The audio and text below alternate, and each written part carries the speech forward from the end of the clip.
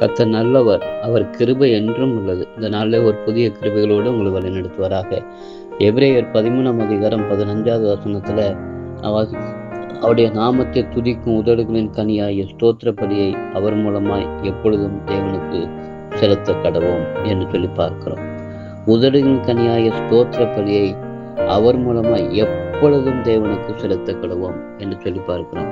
இது சாத்தியமான காரியமாகுது. உலகத்திலே ஆண்டவர் சொல்கிறார், எந்த நிலைமையிலும் எந்த சூழ்நிலையிலும் நம்ம அவருக்கு ஸ்தோத்திர பலியை செலுத்த வேண்டும்.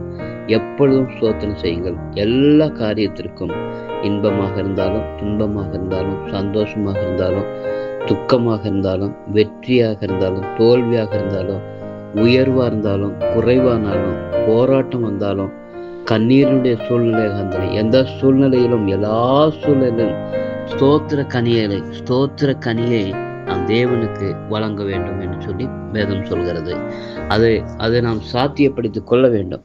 அப்படிப்பட்ட சூழ்நிலையை அதை நாம் சாதகமாக்கி கொள்ள வேண்டும். அப்படி நாம் ஸ்தோத்திரம் செலுத்தும் போது தேவன் காரியங்களை வாய்க்க பண்ணி வழிநடத்துகிறவராக இருக்கிறார்.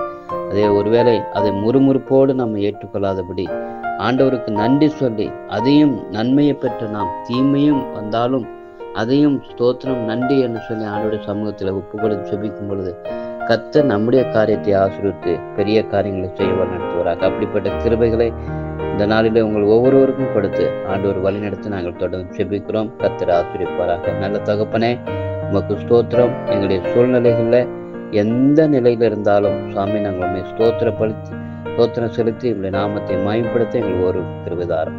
அப்படிப்பட்ட கிருபைகளோடு இந்த பிள்ளைகளை ஒவ்வொருவரையும் வழிநடத்தி நாங்கள் ஜெபிக்கிறோம், தாழ்த்துக்கிறோம், ஒப்புக் கொடுக்கிறோம். இயேசு நாமத்தில் கேட்கிறோம் நல்ல பிதாவே. ஆமென், ஆமென்.